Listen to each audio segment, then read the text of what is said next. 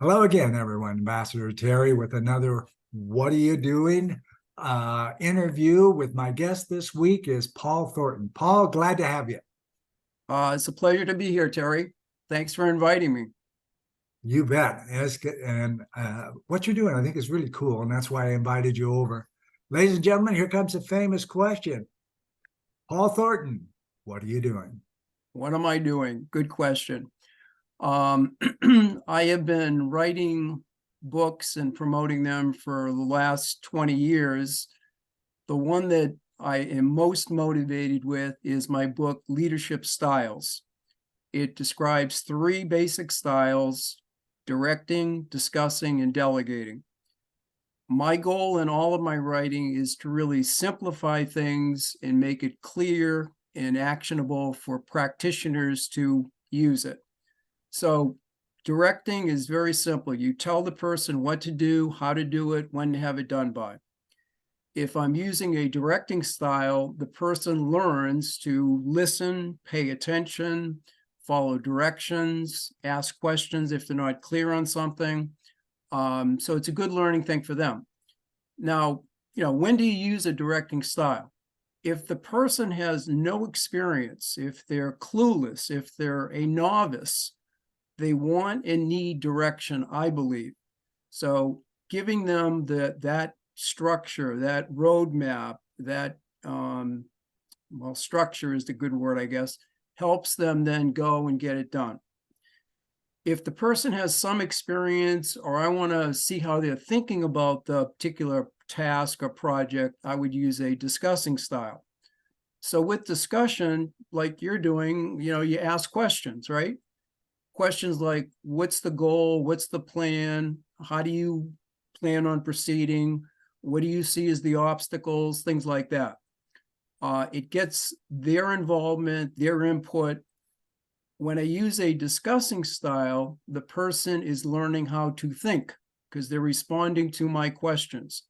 They're also learning how to collaborate, work with others, build on the ideas of others, and eventually make a decision. Because one of the problems with discussion, we've all been in those meetings that they go on and on and on and nothing gets decided. At some point, you got to make a decision, right? So that's important. The third style is delegating.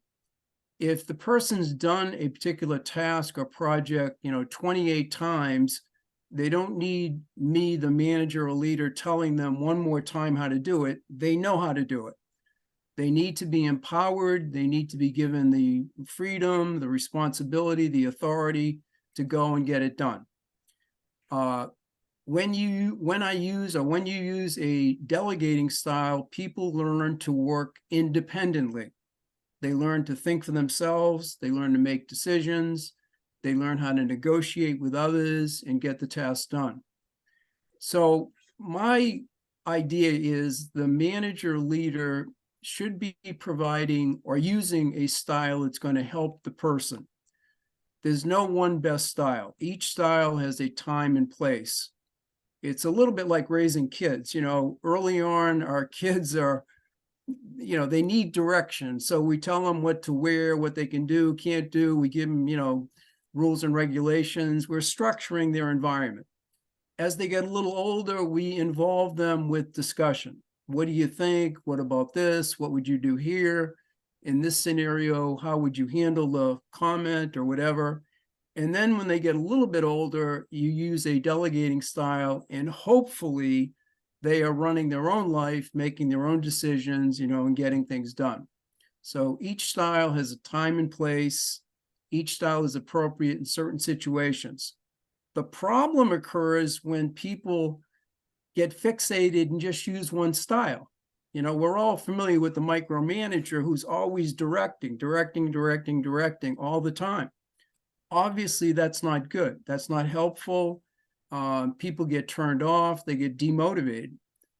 At the other extreme, if I delegate something to a person who has no idea what to do, it's probably too big of a challenge for them. It's too much, and they're going to get stressed and frustrated and, not be able to get it done. So again, using a style that fits the needs is appropriate. Now, going back to what I said earlier, simplifying the complex is one of my mottos and what I try to do. I have read a lot of books, as you have, Terry, that talk about, 12 styles of leading. The 3Ds, simplistic. And, a good leader is going to work back and forth between those three on a regular basis with certain people. It needs to change certain projects. You might even have to change the way you lead multiple people in the same project, right? Absolutely. So yeah, I get that. And ladies and gentlemen, that is how it's done in leadership. Paul, thank you so much for coming. This was fabulous. Thank you, Terry. I appreciate you having me on.